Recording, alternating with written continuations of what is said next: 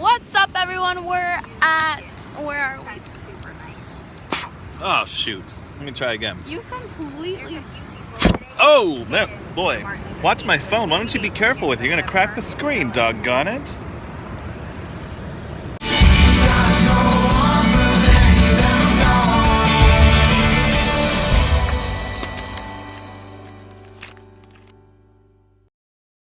What's up, everyone? Welcome to this week's episode of the Suburban Pilgrims. Hi, look at our foot. Where are we? At the beach.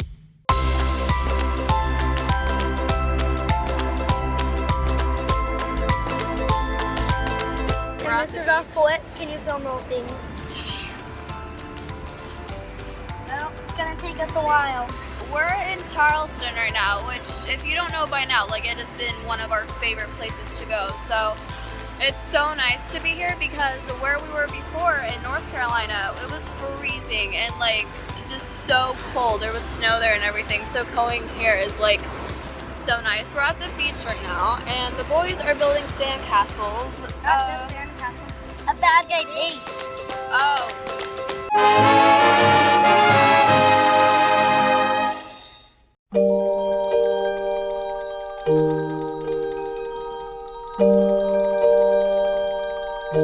So we are at the Tea plantation in Charleston. The only tea plantation in the country that's like still operating. The tea is delicious. Tea is so good. If you're like ever thirsty for just some tea, then you should definitely come here. Just come here. Because they have If you wake up samples one day like, and you're in Los Angeles and you're like, man, I'm thirsty for some tea, just fly to Charleston. For the Yeah. tea. And they have a tea bar that is free. They have hot and cold teas, tons of different flavors. And we're in South Florida.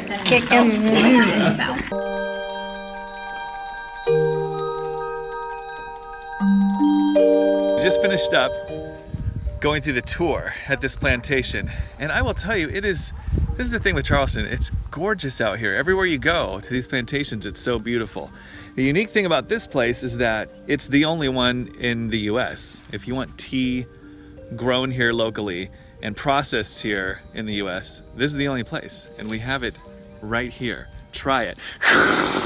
Whoa. You just actually I just spilled it all over. big tea drinker, and I did not know that. What was it? So black tea is like Is oxidized the longest. It's oxidized for 50 minutes, and that's why it's so dark compared to other teas.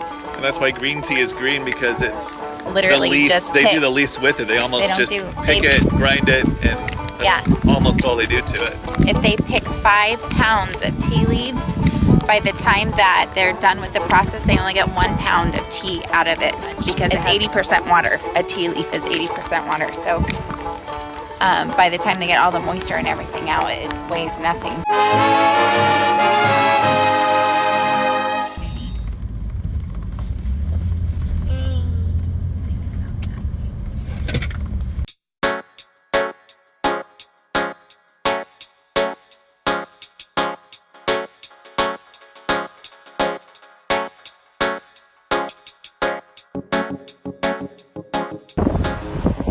Well, we have found ourselves a most gorgeous piece of coastline here in South Carolina. Feels a little bit like Northern California beaches today. A little cooler, a little windier. It is not too shabby. There are people all over, little outlets of people looking at me like, who's that freak doing? But I'll find out. I think now that I'm just so happy that we did decide to do this with our kids at a young age. We're so uncertain and so nervous about taking them and just so concerned what other people would think, or what if we were gonna screw them up or ruin them. And I just think it gives your kids an appreciation for travel, for adventure, gives them a different perspective on life. And I'm just so glad that we did that, because I feel like for kids it is necessary to take them out of everyday norm and to let them explore. I feel like that's something that's so missing in our culture today. We're just so stuck in one motion all the time that we forget to take our kids out to explore. If you're only seeing one lifestyle, one type of person, one way of living, you're really limited in your perspectives and ways that you might want to live. So when we first started traveling, I guess I didn't really know why we were. I mean, as a 10-year-old, I wasn't thinking about like, well, this is going to change our lives or this is going to change our perspective on life, I guess.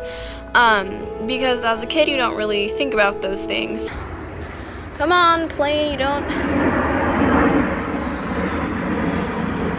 But yeah, so I guess it kind of made me, you know, scared because it was so different than what we had ever done, I guess, because we were so used to doing things our way and doing things that, you know, made us feel super comfortable. And the funny thing is, I think now, like, I don't know what, like, I don't know, it's just hard to, like, imagine what we would be doing if we were still living the way that we were, I guess, like, living a normal lifestyle.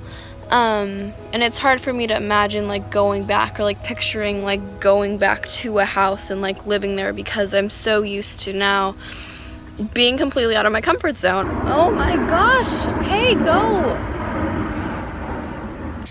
I don't know, for most people, I think they're afraid to like, I don't know, just go out of, you know, what is normal. A lot of things are going to happen that aren't going to be great, but you kind of have to almost expect them to happen. You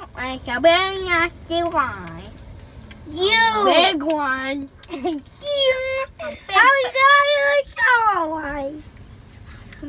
Are you Like, they're not even speaking English. Like, it's not a word.